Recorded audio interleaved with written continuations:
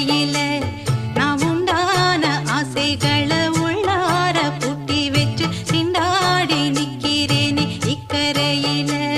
நான் ஏரிக்கர மேலிருந்து 8 தேச பார்த்திருந்து என் நிலைக்கு காத்திருந்தேன் காணல. மணி 7 8 ஆன பின்னும் ஊரடங்கி போன பின்னும் சோறு தண்ணி வேணும்னு